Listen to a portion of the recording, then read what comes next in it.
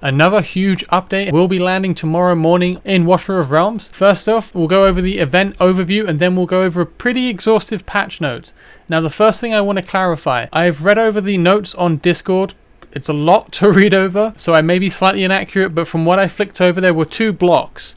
There was a block that came out first with several long posts covering these updates and the event overview, and that was for server 49001. And then later, after that finished, they then clarified for 40001. So if you're not on the test server, it appears that you're going to be brought up to date with us tomorrow. And from what I could see, everything that 49001 and all the other test servers are getting is coming straight to 40001 tomorrow as well. So all servers should be equal tomorrow. Let's get on with it. Let's have a look at the overview of the events. So you can see we have the Shadow in the Castle, which is the fusion event for Selene, who we talked about a lot yesterday, from the 23rd of December to the 8th of January. We have the Frostfall Summon event. This is to get the limited hero Gwendolyn. There will also be 2 times summon up during this event for all other heroes. Setram, as well as, I believe, Hatsut will be 10 times rate up alongside Gwendolyn during this event, which makes it kind of hard to get Gwendolyn, but you can see from the image Setram and Hatsut in the background. And then there is the ultimate leaderboard with Ajax from the December the 23rd to December 28th. So here we have the limited summons. You can see legendary hero chance times 2 and specific hero chance times 10. So these 3. Then we have the shard summon event, and then we have the ultimate leaderboard, Oracle's Trial Carnival of Heroes. Compete against elites for the highest ranking and Ajax. I'll put the shard summon calendar up here, but you can see there should be, I believe, 4 different events that are marked with a trophy before the name of the event in the Oracle's Trial section at the bottom half. And that trophy says Ultimate on it. Now, somehow, this leads to people at the top of the leaderboard getting an Ajax. I'm curious as to how that works. Some people are kind of scared that this means you're going to have to compete across the whole server. I'm not sure that's the case, because then all of those shards are gone for the top 3 slots. No, like only a few people on the server will get those. So I suspect maybe there'll be like the sum of your points from those 4 events get added to like a server-wide leaderboard that's separate to the events. I think that might be the case. Either way, if it is anything like that, then it is just going to be your server whale who will win Ajax, which will be kind of redundant. So I'm hoping it's not quite that way. I'm hoping it's more isolated and there's a lot of Ajaxes are given out. I think so far, from what I've flicked over and what we're going to go over in just a second, the event seems very generous. So I think there's a good chance that Ajax is not just going to go to the biggest whale on the server. I think that would not go down very well. So I think this may be better than it reads. I don't know what they mean by elites. So hopefully this is a fun event that gives a bunch of people Ajax and not just the top whales. So I'm looking forward to seeing how that actually works. Frostfall Bonanza. Raid events, doubled loot for raids. You can see Gear Raid 2. 23rd to the 26th, Artifact Material Raid, 27th for the 30th, Gear Raid 1, 31st to the 3rd of Jan, Gear Raid 3, 4th of Jan to the 8th of Jan. All of these raids during those dates will have double rewards. That's really nice, and it will make it a lot easier to achieve the events to get the fusion summons for Selene as well. Then we have the Gift Hunt Challenge from the 23rd of December to the January 8th. This seems to be a limited time event gameplay, so I think there are a bunch of stages where we have to fight goblins, probably similar to the current XP and gold raids from the layout and what I've seen.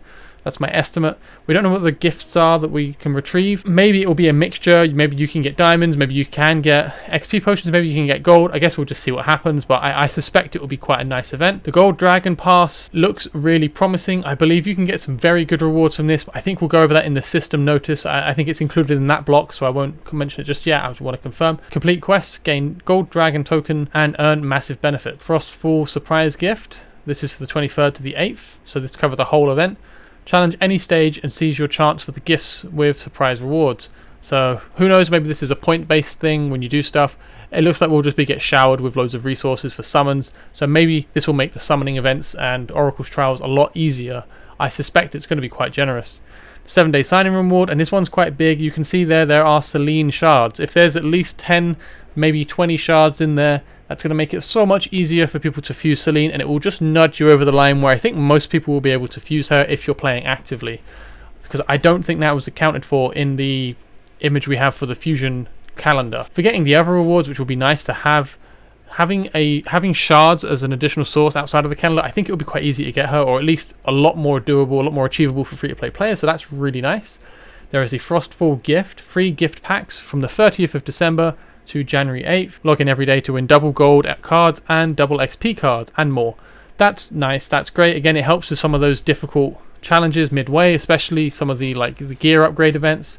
And there's also finally a daily surprise which lasts the entire event, 23rd to the 8th. Tap daily surprise to get a random reward. This will just be on our home screen, it seems like, just in the campfire zone, and we can just get stuff for logging in. I'd kind of like them to keep this personally. I have no idea what you'll get, but it's just kind of a nice thing. That is a really quick overview of the events that we can expect. I am very curious about the ultimate leaderboard. I'll be competing pretty hard for that, so let's go. Let's see where we end up. And I think the Frostfall Bonanza is going to be great. Getting double drops is going to be really nice. The gift hunt challenge I'm curious about, and the golden pass, from what I've read, sounds really powerful. And the rest of it all seems really good. I think the login rewards, again, getting shards for Celine is going to be really awesome. For Christmas events, I'll do more videos when they come up, and we can go over it together. So hopefully we have a fun time with that.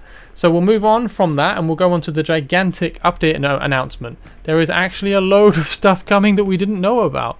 So this is fantastic news. They're going to give us compensation to the tune of 600 diamonds, so that's pretty cool. More summons, right? We see some more of this information on the stuff we saw. So this one seems to be that when you complete just pretty much any content in the game, you'll get these rewards that will go to your storage that you can open from your storage. Just so you know, if you don't know where your storage is, if you hit your little burger icon on the left, there will then be a storage button here. And in here you can see all of your storage. So it'll be something in here that you can use somehow. There are the odds, so we know which heroes are up for grabs. A 2x rate for all legendaries, and there'll be a 10x rate for Gwendolyn, Hatsut, and Setram. I really want all three of them, especially Setram, especially Hatsut. I really need a marksman, and they are probably two of the better marksmen in the game. Hatsut is incredible. As for the epics up for grabs, we have Lily, who was only introduced a couple of months ago. She has some very powerful mechanics. We have Laurel, who was introduced very recently. I'm not as impressed with Laurel, but no one's really put too much work into her yet, but so far it doesn't seem the best. And Gluttony is a Nightmare fighter. He seems quite strong, but Nightmare's pretty stacked, so I wouldn't say these are too crazy. Lily I'm interested in. Please, again, developers, please just give us Epic Lords. Put Ignatius in there, or similar, Rake, just put some Lords in. Give us some more Epic Lords, guys. They're so hard to get. And moving on from my sort, there is the Gold Dragon Pass. So this is the one I said that seems to give really good rewards. So complete daily, weekly quests to obtain Gold Dragon token and promote past level for massive level rewards. Event exclusive mythic artifacts, random mythic gear, and legendary summoning crystals, etc. So I didn't really get what this meant from some of the English. It seems like completing daily quests and weekly quests will give us tokens, and we can spend those tokens on a pass. Something like a battle pass, I'm guessing, one of those kind of things, and you can get rewards. There will be event exclusive mythic artifacts, which sounds nuts to me. So definitely get hold of those as a priority, because you can't get them again. And there'll be mythic gear, and there'll be legendary summoning crystals, which will be great for the summoning event. So that's super generous.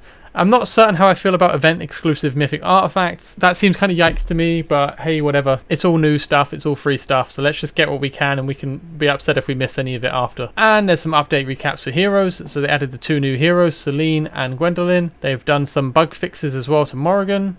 They have reduced BP granted by healing effect. And they have also optimized Salazar's audio. That's probably to reduce his line. He keeps repeating some crazy line over and over again. I muted the game after a while because I got tired. I used him so much and I got tired of the same voice line. So maybe they tweaked that. And okay, so 6 new artifacts. Quite a lot of new mythic artifacts there. Hopefully they're interesting and good, and hopefully they do stay after this event is over. It seems artifacts now grant more stats, because at the moment they give you health and attack. So I'm guessing they give you greater amounts, which is quite a big power boost. And it seems they've tweaked some of the benefits of the rare artifacts and one of the epic artifacts. They have improved the minimums of the random secondary attribute of ancient gear. So it seems the substats of ancient myth drops will now have a higher base level, because I have seen some people who unfortunately have pulled ancient myth gear, upgraded it, and then it's rolled in the second bar or something. People were saying it should be at least purple. I personally didn't think it should be at least purple, but having considered that I've been farming non-stop since that happened, and I still only have 1 ancient myth, I now fully agree it should be a minimum of purple. I'm on board with you guys. I definitely agree. If they're that rare, then they should be better. So that's a nice change. We don't know if it's a minimum of purple, but at least it's higher, so we'll see what that is. Now, this is one of the biggest changes. This is what I was most interested in, and pretty much one of the reasons I wanted to make this video. They have added stage 19, 20, and 21 to GR1 and GR2. So we have gained 3 more stages. That's super cool. I'm very interested in that. And they have higher drop rates of ancient gear, so maybe in the next 5 months I'll get another one. And they have introduced some new stories to the campaign chapter 2. They've also lowered the difficulty of GR1 stages 16 through 18. And they've reduced the boss's HP by 10% and defense by 25%. But, okay, so initially I read that as both GR1 and GR2, but it's just GR1 they're making a bit easier. I know GR2 is easier for people to progress, GR1 is a bit trickier, so maybe that's okay. Personally, I would rather they increased the difficulty of the gear raids. I feel like players can get all the way down to 17, 18 way too quickly. I personally got through it super quick just by some reasonable pulls and a bit of jigging around. I feel like the end game needs to be pushed a bit further, so it's great that they're adding levels to that. I'm interested to see how tricky they are, and they've added some more clarification on elite monsters, and they've added 5 more waves of the Tide mission. As I understand it, everyone is stuck on 125 at the moment, myself included, as well as the whales on the server. So unless they are rebalancing these, there is no way that anyone is getting to 130. We're all still stuck on 125. But we'll see. Hopefully they've figured out Tide a bit better. They've made some other tweaks to Tide as well, but it's nothing too crazy. Mithril will be removed from the artifact material raid, will produce more Mithril. That's quite important. It kind of sucked artifact material raid. I did it because you needed artifacts, but it didn't feel great a lot of the time. It's such a slow grind to then just make a few legendary pieces or even epic, and then you get one myth artifact every now and then. So actually giving you some mithril from it will be very nice, make it feel more valuable. And this is quite a big change as well. At the moment, some of you may have noticed there are bots in Arena. There are bots with just like Chinese characters as their name, and they all have super low BP and they're very easy to beat. And they give you the same amount of ranking as if you beat someone who was a higher level. So I'll be at Overlord tier and I'll attack like a 1900 rated bot instead of attacking the guys who are like 2200 rated. But now it seems you'll get more points for attacking someone who is a higher ranking than you. I think that's obviously how it should work. That's how a proper elo system works, so that's good. They have nerfed the Deadeye Tyrant's attributes in the anti-air day by 30%. He is the second wave that comes guy, the floating tendril dude. He's stupidly tanky and he does a lot of damage, so I think this was necessary. And they have nerfed the single target for the same. I believe this is mostly for the fire giant who just wrecks everyone. So these two changes were definitely necessary. I feel like you shouldn't really be losing to stuff like that because no team can kill the wave. It should be ideally one team is able to kill the wave a bit faster, but yeah, we'll see how this goes. I think it sounds like the right thing. They've also made it so that in a single target day, you don't win if you kill the first monster and they don't kill any monsters. I think that's what that says. I think it will still be a tie until you actually kill the wave. But bear in mind, all of your auto fights will be wiped for this update. We'll get a clumsy amount of arena permits and gold, but just remember to set up your arenas. Don't just hit auto because you're just going to lose. No one will get spawned, or it will just automatically do what the AI thinks is best, I think, and it won't be very good. Faction Trial, they have added the Trial of Curse and they have added the Trial of Pierces. I'm going to smash the Trial of Curse. I'm looking forward to that. I have Vienna, I have Zealous, I have Captain Reeve. Trial of Pierces, not so much, but that's okay. And they have enriched the star rewards of Faction Trial, so they'll be, I'm guessing they're adding more tiers to it now. They've added 2 more Faction Trials, so that's cool. It's good to have more content. Lovely that they got that out there quite quickly. Now I just want them to add more stages to the faction trials because at the moment they're all kind of too easy for late game players. I really want to have loads more levels, loads of stages that are tricky. Give us something to work on. Give us something to build endgame heroes for. Invite rewards have been adjusted. It doesn't say what they've been adjusted to, but if you've already claimed them, it doesn't give it back to you in lieu. So it's for going forward. If you invite friends to the game, then you'll get better rewards. Oh, they've adjusted the Dragon Blood effect and made the Dragon Blood value obtained when challenging guild boss clearer. Thank God. It was so hard to see. It's just a blinding flashing light. You cannot see what the hell it is. So that's a necessary change. And they've adjusted some of the hero's path for a better gaming experience. I suspect that's to stop people getting roadblocked by certain ones that just require you to do something that you have to wait a few days for. So that's quite nice. And they've added bulk selling into multiple auto fight pages so you can sell en masse. And they've optimized merchandise in Dwarven Association. This is one line at the end, but it could mean so much. So I'm going to be very interested to see what actually happens in the Dwarven Association. This is the general shop, basically. I'm hoping we see some good stuff in there. There's a lot they could do with it. I really wish they would sell myth gear in there, like have random all gear. Don't just sell crappy rares and epics. Sell everything in there. Put it in an RNG chance. So I'm hoping they make it more interesting. And aside from that, we get a bunch of bug fixes. And then just some cosmetic UI issues with the guild, it seems. So there we go, that's an overview of the update announcement. Again, if you are not on the test server, it does seem to be that you'll be getting most of these changes, though I think, if I remember correctly, it looked like the new faction trials weren't on the patch notes I saw for the non-test servers. So I'm not sure exactly, but it did to me, from quickly going over the notes, it looked like all servers are getting all of these changes, but let me know if that's not the case. But so far it looks good. But anyway, those are the updates. I'm quite hopeful. I think this is quite good. The Frostfall events look quite generous. Looks like we're going to be very busy over the next couple of weeks. I've personally been saving up as much as I can. If you have a look, I have a bunch of fodder prepared. I have a bunch of XP potions. My mailbox is absolutely crammed at the moment. It is just non-stop fodder. Good couple of weeks ahead. And I'll be probably making a couple of videos over the next few days. I will be on holiday from the 30th. So I won't be making any videos until the new year. I will see you in the next video, and if I don't, have a Merry Christmas and a Happy New Year, guys. Take care. Bye-bye.